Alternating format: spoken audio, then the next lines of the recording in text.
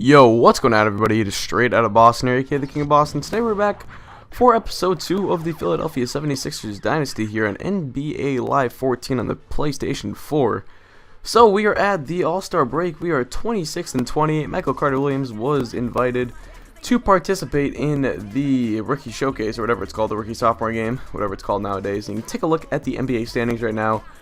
26 and 28, that is not where we want to be. We are 8th place in the Eastern Conference, pretty much the worst place we can be. We are not in the lottery, but we are not good enough to be anything special in the playoffs. We'll be a one and done in the first round. So it is time to blow up the team.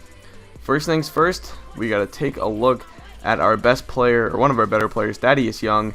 We're going to move him to the Charlotte Bobcats for Ben Gordon and a 2014 first round pick. This makes the Bobcats a team that's kind of going for it at this point. They're 13 and 14 in real life. They're playing phenomenal defense. Gives them a bit of an upgrade at the power forward position. He's a lot better than Josh McRoberts or Cody Zeller or anyone at that point. So we're also going to be trading Spencer Hawes, the center, to the Los Angeles Clippers, who could use a backup big man, a man to replace DeAndre Jordan in the late game situation so he can hit some free throws. Spencer Hawes can definitely do that. He's a phenomenal outside shooter. But he's also a really good defender. It's something that the Los Angeles Clippers could really use. He just put up a career high in defensive win shares last season and is on pace to put up a new career high this year. So that's good to see. And I'm taking a look at the team roster right now, looking at contracts. So we acquired 2 expiring contracts in Steven Jackson and Ben Gordon. But I'm not really looking for 2014 cap space. Similar to what I've been doing in my Celtics MyGM, is I'm probably going to roll over whatever 2014 cap space I have into the 2015 season. Which means I'm not really looking for expiring contracts. In fact, if I could, I would love to trade an expiring contract for a player on a 2-year contract and maybe acquire an extra asset as we give that team a little bit of extra cap space in the upcoming free agency class, similar to what the Bobcats and Pistons did when they swapped Corey Maggette and Ben Gordon, and the Bobcats got a 2014 first-round pick out of that. The Pistons got some cap space to sign Josh Smith and Brandon Jennings out of that. So we could look to try and do one of those deals, but we also want to take a look at the free agent block right here, and we see some players like Royce White and Kendall Marshall and Roddy Bobois. I always call him Bobois, it's Bobois. But players that are young, still very young, we could try to turn into assets, but I'm not going to sign any of them just yet. It's just something to keep an eye on as we head closer towards the future or whatever. And if you guys are wondering why this isn't live commentary, I don't know why, but when I recorded this, the live commentary portion didn't record in the Elgato software, so that's why this is just a regular commentary. For the most part, these are going to be live comms, but I'm doing the best to make this enough length of a video that I can explain what I'm kind of going through my mind at this point when I'm making these moves or whatever. But nonetheless, we're taking a look at a rotation here, and we're going to edit some of this. I've decided I'm going to hang on to Evan Turner, as you can see. He's a player that I'm still a really big fan of. I think he has really, really nice potential in the NBA, and I find the Sixers, I'm not, so easy to give up on him. I think he's really improved in the couple of years that he's been in the NBA. I don't know if he's ever going to be the number 3 overall pick or whatever he was that one year in 2010. I don't know if he's ever going to be that good, but I really like Evan Turner, and I think he can still be a good young player on this team for the future. He can play point guard, shooting guard, and small forward. It's really versatile, and I'm going to keep him on the team for now. He has 1 more year left on his contract after this season, so I'm looking to just see what we can do with him, you see how he performs, and let's just, go from there. So that's essentially what I'm trying to do. And you can see we're going to give some extra minutes to Daniel Orton and Kwame Brown, but that's pretty much what the rotation is going to look like.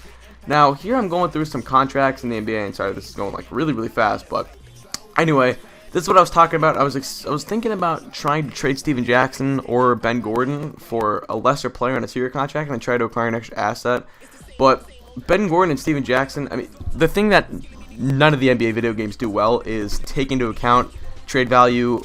You take into account contract value with trade value. None of the NBA games do that.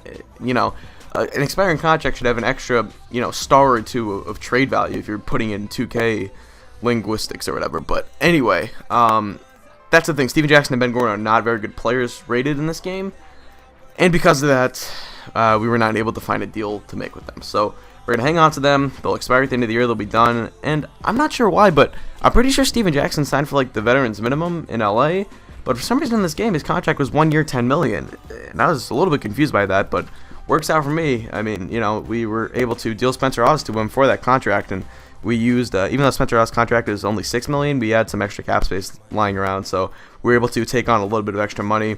We might, or I thought about waiving those guys, but I decided that would simulate till the end of the season. And here we go. We are currently 31 and 41. still kind of in that NBA purgatory range. We win a couple games here late in April, and this is not what we wanted to do. As you can see, 37 wins. We're going to end up going 37 and 45, which is not what we wanted. But we do have 3 first-round picks in this upcoming draft, which means we have some extra assets to possibly trade up in the draft or look to make some moves instead of necessarily trying to get that top draft pick. So anyway, we do end up missing the playoffs, and we get some Ultimate Team reward pack or something. I don't know what that was about. I don't play Ultimate Team on this game. I don't play this game that much, but nonetheless, we're going to advance to the playoffs in just a moment, and we're going to end up not making it. Take a look at the season standings. We end up with the 10th seed in the East, right behind the Magic and Bucks. The Bucks grab that 8th seed, which is fine. We get in the lottery. Maybe we'll be able to move up in the lottery, whatever. We'll be advance to the playoffs, and we do not make it. So that is quite alright. We get in the lottery, which is good, so that gives us at least an outside shot of getting like a top 6 pick or something. I doubt it'll happen, but there's always a chance, so we'll see how that works out. We're simulating, and take a look at the Minnesota Timberwolves, your 2014 NBA champions, only in NBA Live, am I right? I mean, wow, that was really surprising when I saw this. I was like, what? I mean, Timberwolves are a good team. They might make the playoffs, but they're not winning the title this year unless they make some sort of major upgrade on their roster. I don't know, but that's what I'm just going to do, guys. So thank you guys for watching. Hope you did enjoy. Peace.